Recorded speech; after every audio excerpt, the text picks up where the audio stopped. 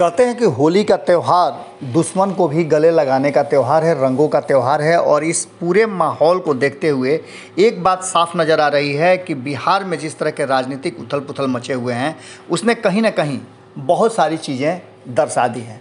आपको हमने बताया था कि तेजस्वी यादव भले ही होली मनाने के लिए दिल्ली गए हैं, लेकिन दिल्ली में वो एक बड़े प्लान का हिस्सा हैं और लगातार लोगों से मुलाकात के बाद कई प्लान बना रहे हैं। अब इस प्लान को लेकर के जहां एक तरफ भारतीय जनता पार्टी बिहार में कई ऐसे घटनाओं को अंजाम दे रही है, इसको लेकर के नीतीश कुमार चुपचाप हैं। हालांकि नीतीश कुमार जब अपने लोगों के लिए काफ़ी गुस्से में आ जाते हैं, वहीं एनडीए को लेकर के जो फैसले होते हैं, जो समझौते हो रहे हैं, उनको लेकर के भारतीय जनता पार्टी जो भी एक्शन ले रही है उस पर नीतीश कुमार लगातार चुप्पी साधे हुए हैं।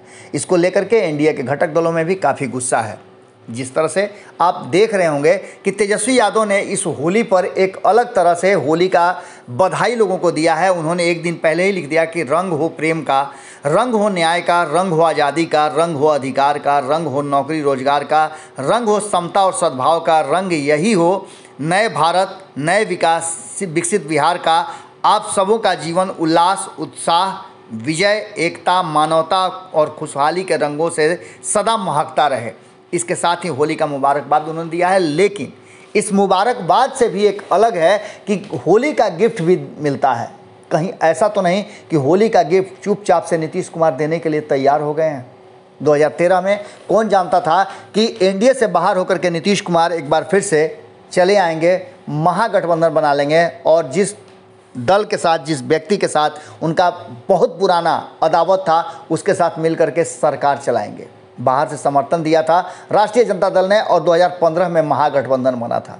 आने वाले समय में बिल्कुल उसी अंदाज में नीतीश कुमार और एनडीए के बीच में जो कुछ भी हो रहा है, मुकेश सहनी खास करके जब से नीतीश कुमार की तारीफ़ किए हैं तब से उनकी स्थिति और गंभीर है। और गंभीर तो उस समय ही हो गई थी जब नीतीश कुमार पूरे विपक्ष को लेकर के दिल्ली गए थे जातीय जनगणना करवाने के लिए। उसके बाद से ही तल्खियां बढ़ी हैं। हालांकि समझौतों में अक्सर अब नीतीश कुमार पीछे रह रहे हैं। उत्तर प्रदेश में लाख चाहने के बाद भी नीतीश कुमार को कोई स्थान नहीं मिला। वहीं बिहार में भी जो स्थानीय निकाय से 24 सीटों के एमएलसी चुनाव होने हैं, उस पर भी नीतीश कुमार को भारतीय जनता पार्टी ने कहीं ना कहीं आईना दिखा दिया।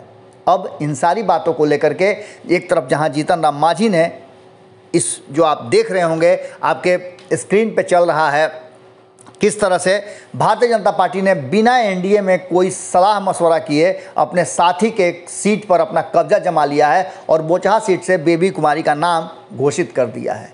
अब इस घोषणा के बाद एक बात तो तय नज़र आ रही है कि अगर भारतीय जनता पार्टी जिस तरह से नीतीश कुमार के गुस्से के बाद बैकफुट पर आई थी और उसने समझौते का पहल किया था, हालांकि नीतीश कुमार को उस गुस्से के बाद एक बड़ा एक्शन लेना पड़ा था और उस अधिकारी को हटाना पड़ा था।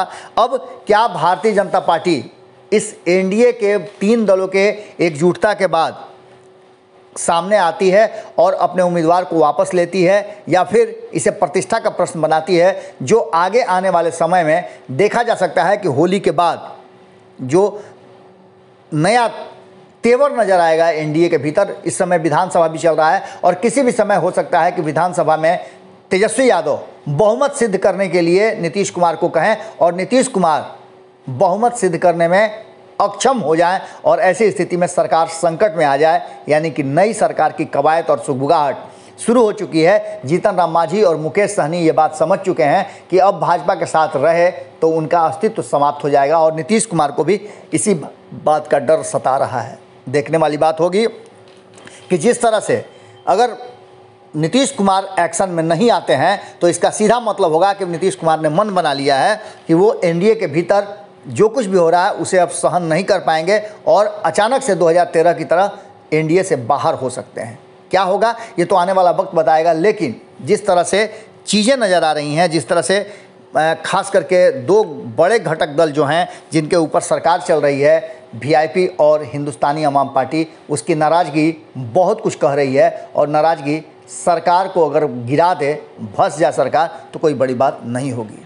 अगर ये वीडियो पसंद आई और वह बिहार के राजनीति और बिहारियत से सरोकार रखेनी तो सब्सक्राइब बटन दबा के चैनल के सब्सक्राइब कर ली। ओजे एगो घंटी बा, ओकरा बटन दबा देला से कुल सटीक और मारक खबर रुआ मुफ्त में मिल जाई। अगर रउआ पत्रकारिता के हमनी के नया प्रयोग में सहयोग कर चाहतानी तो ज्वाइन बटन दबा दी। पेटीएम नंबर नोट कर ली 9386816700। धन्यवाद।